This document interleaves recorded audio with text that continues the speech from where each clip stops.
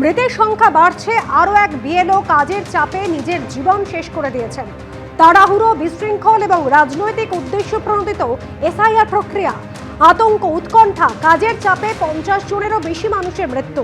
বিজেপির ভোটার সাফাই অপারেশনের জেরেই এই মৃত্যু। সোশ্যাল মিডিয়া আক্রমণ অভিষেক বন্দ্যোপাধ্যায়। এদিকে এসআইআর শুনানিতে চক্রান্তের অভিযোগে সরব হলেন খোদ বিধায়ক। বরানগর উচ্চ বিদ্যালয়ে বিএলওর সঙ্গে কথা বললেন তৃণমূল বিধায়ক। যাদের হিয়ারিংটা হচ্ছে ততটুকু হোক, বাকিটা আপনি তাহলে ওনার সাথে কথা বলে পরের দিন দেখে নিন। পরের দিন অলরেডি না ম্যাডাম, বিএলওর অ্যাবসেন্সে কোনো ভোটারের হিয়ারিং কিন্তু হবে না। হ্যাঁ ঠিক আছে, কিন্তু ওনার পার্সোনাল প্রবলেম আছে, উনি চলে যাচ্ছেন, সেটা ঠিক আছে, কিন্তু বিএলওর অ্যাবসেন্সে ভোটারের হিয়ারিং যেন না হয়। আজকেই করতে হবে, কারণ হ্যাঁ তাহলে আপনি ওনার সাথে কথা বলুন। 100-150 করে শিডিউল করা, আমি বুঝতে পেরেছি, কিন্তু তাহলে কিন্তু এটা কিন্তু একটু দেখতে হবে যে যেন বিএলওর অ্যাবসেন্সে কোনো ভোটারের হিয়ারিং না হয়।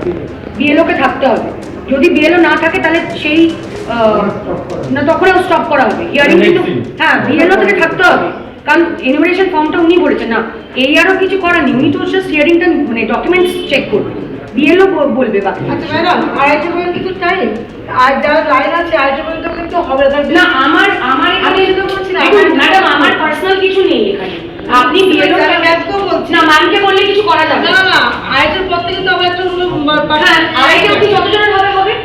ঠিক আছে, শেষ করে দিয়ে দাও। এসআইআর শুনানিতে চক্রান্তের অভিযোগে সরব হয়েছেন খোদ বিধায়ক। বরানগর উচ্চ বিদ্যালয়ে বিএলওর সঙ্গে কথা বলেন তৃণমূল বিধায়ক। ব্যারাকপুর প্রশাসনিক ভবনে এসে অভিযোগ দায়ের করেন বিধায়ক সায়ন্তিকা বন্দ্যোপাধ্যায়।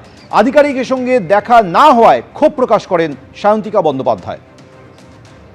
5টায় আমাদের আসলে সবাই মিলেই এসছি আর কি, তো হিয়ারিং চলছে, এই সময় আপনাকে না পেলে কি করে হবে বলুন তো।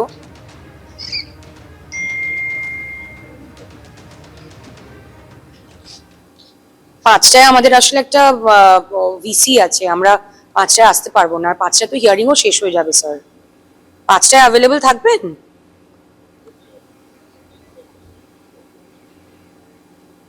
বারাসাতে?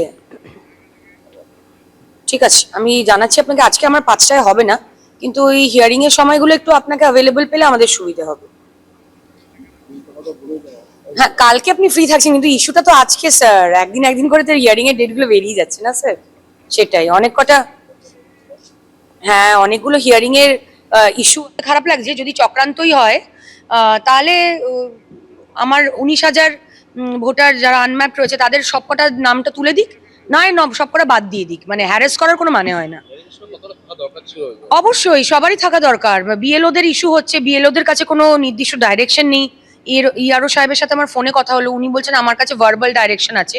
এবারে 80-85 এর ওপরে যাদের বয়স, তারা কি করে হিয়ারিং এ যাবে, এবারে তাদের কি প্রসিডিওর আছে কেউ কিছু জানে না। কোথায় হচ্ছে, কবে হচ্ছে, কোন টাইমিং স্লট, সেইগুলো আমাদের কাছে কিছু নেই।